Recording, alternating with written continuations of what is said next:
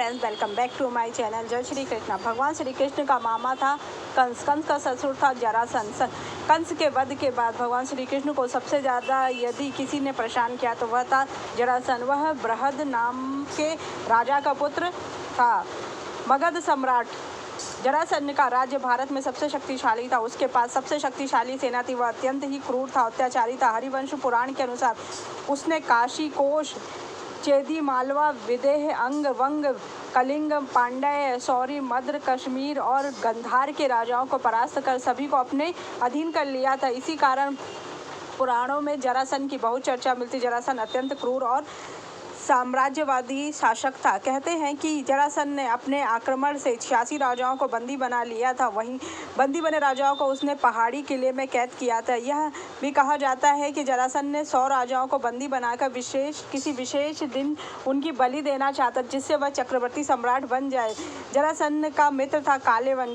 जरासंध ने कालेवन के साथ मिलकर मथुरा पर हमला किया। तब श्री कृष्ण की युति से यह तय हुआ कि सेना आपस में नहीं लड़ेगी, हम दोनों ही लड़कर फैसला कर लेंगे। कालेवन ने शर्त मान लिया, क्योंकि वह जानता था कि मैं शिव के वरदान के कारण अमर हूँ। जब वह श्री कृष्ण को मारने के लिए लपका तो श्री कृष्ण मैदान छोड़कर भागने लगे। कालेवन भी उनके पीछे भागा और अत्यंत श्री कृष्ण एक गुफा में चले गए। जरासंध भी उस गुफा में घुसा, लेकिन उसने वहां एक व्यक्ति को सोए हुए देखा, जो उसे ने समझा कि वह श्री कृष्ण है, जो बहाना बनाकर सो रहे हैं। तब उसने सोए व्यक्ति को लात मारकर उठाने का प्रयास किया। वह मुदित व्यक्ति मुचकुंद था, जिसको कि कलयुग के अंत तक सोने का वरदान था, और इसी बीच उसे जो भी उठाएगा वह उसकी क्रोध की अग्नि से मारा जाएगा। मुचकुंद ने जब आंखें खोली तो सामने कालेवन खड़ा था।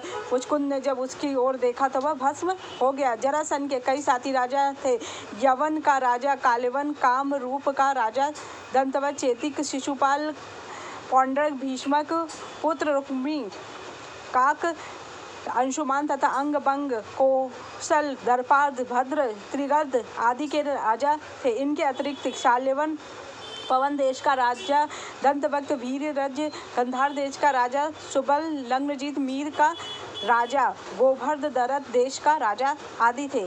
मगध के सम्राट बृहद्रथ के 2 पत्नियां थीं। जब दोनों ने कोई संतान नहीं हुई तो एक दिन वह महात्मा चंड कौशिक के पास गए और उनकी अपनी समस्या बताई। चंड कौशिक ने उन्हें एक फल दिया और कहा कि यह फल वह अपनी पत्नी को खिला दे। इससे संतान के राजा ने वह फल काट कर अपनी दोनों पत्नियों को खिला दिया। फल लेते वक्त राजा ने यह नहीं पूछा था कि इसे मैं अपनी दोनों पत्नियों को खिला सकता हूँ। फल को खाने से दोनों पत्नियों के गर्भवती हो गई, लेकिन जब गर्भ से शिशु निकला तो वह आधा आधा था, अर्थात शिशु पहली रानी के गर्भ से आधा और दूसरी रानी गर्भ से। दोनों रानियों ने घबराकर उस शिशु को निकाला। वह आधा आधा था, अर्थात पहली रानी के गर्भ से आधा, दूसरी रानी के। दोनों रानियों ने घबराकर शिशु के दोनों जीवित टुकड़े को बाहर फेंकवा दिया। उसी दौरान वहां से एक राक्षसी गुजर रही थी। जब उसने जीवित शिशु के 2 टुकड़े देखे तो उसने उसको माया से टुकड़ों को आपस में जोड़ दिया, जिससे शिशु जिंदा हो गया, जिस कारण से उसका नाम जरासंध रखा। उसी दौरान से ही उसका नाम जरासंध पड़ गया।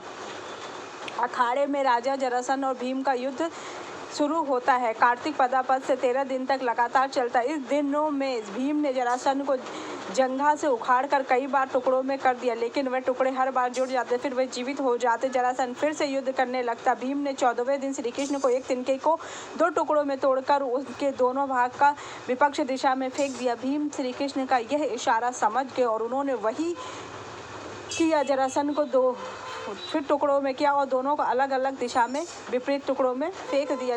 जरासंध का वध होने के पश्चात श्री कृष्ण ने उसकी कैद से सभी राजाओं को स्वतंत्र कराया और कहा जाता है कि राजा युधिष्ठिर चक्रवर्ती पद प्राप्त करने के लिए राजसूय यज्ञ करना चाहते थे और आप लोग उनकी सहायता कीजिए। राजाओं ने श्री कृष्ण की बात मान ली और सभी ने युधिष्ठिर को अपना राजा मान लिया। अंत में जरासंध के पुत्र सहदेव को अभय दान देकर मगध का राजा बना दिया गया।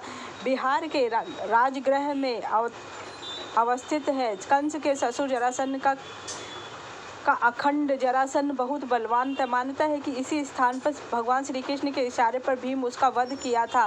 राजगृह को राजगीर कहा जाता है। रामायण के अनुसार ब्रह्मा के 4थे पुत्र वसु ने गिरिव्रज का नाम से इस नगरी की स्थापना की। बाद में कुरुक्षेत्र के युद्ध के पहले बृहद ने इस पर अपना कब्जा कर लिया। बृहद अपनी क्रूरता के लिए मशहूर था, क्योंकि भगवान श्री कृष्ण चाहते थे कि जरासंध का वध हो जाए, क्योंकि जरासंध ने भगवान के ऊपर 18 बार आक्रमण किया था और जिससे परेशान होकर भगवान श्री कृष्ण ने द्वारिका छोड़ दी थी।